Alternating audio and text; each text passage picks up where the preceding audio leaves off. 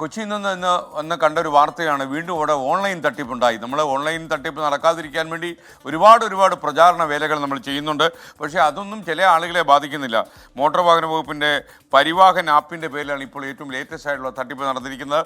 ദേശീയ കവല സ്വദേശി യദു ശശിക്ക് ഒരു 85,000 രൂപ പോയി കിട്ടി. അത് തന്നെ കാര്യം. ശ്യാംകുമാർ കൊച്ചിയിൽ നിന്ന് വിവരങ്ങളുമായി ചേർന്നു. Shyam, good morning. യഥാർത്ഥ ശ്യാമേ, ഈ ഓൺലൈൻ തട്ടിപ്പുകൾക്ക് വിധേയമാകരുത്, അത് ഇന്ന അപകടമാണ് എന്നൊക്കെ നമ്മൾ എത്ര പറഞ്ഞാലും നോ രക്ഷ. പറയൂ.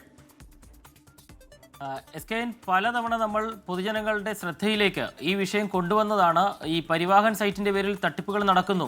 APK ഫയലുകൾ നമ്മളുടെ ഫോണിലേക്ക് എത്തി അത് ഇൻസ്റ്റാൾ ചെയ്യരുത് എന്നുള്ള സന്ദേശം പോലും നമ്മൾ നൽകിയതാണ്. പക്ഷേ അത് ആളുകളുടെ ശ്രദ്ധയിൽ അത്രത്തോളം ഉറക്കുന്നില്ല. കാരണം കഴിഞ്ഞ ദിവസം നടന്ന തട്ടിപ്പും അങ്ങനെ തന്നെയാണ്. പരിവാഹൻ സൈറ്റിൽ നിന്ന് എന്ന പേരിൽ വാഹനത്തിൻ്റെ പിഴ അടയ്ക്കണമെന്ന് കാട്ടിയാണ് ഒരു സന്ദേശം വന്നത്. അതൊരു APK ഫയലായിരുന്നു.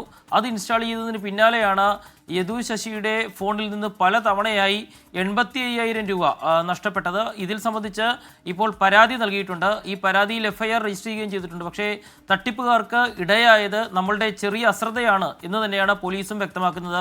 SKN. Okay, thank you Shyamkumar.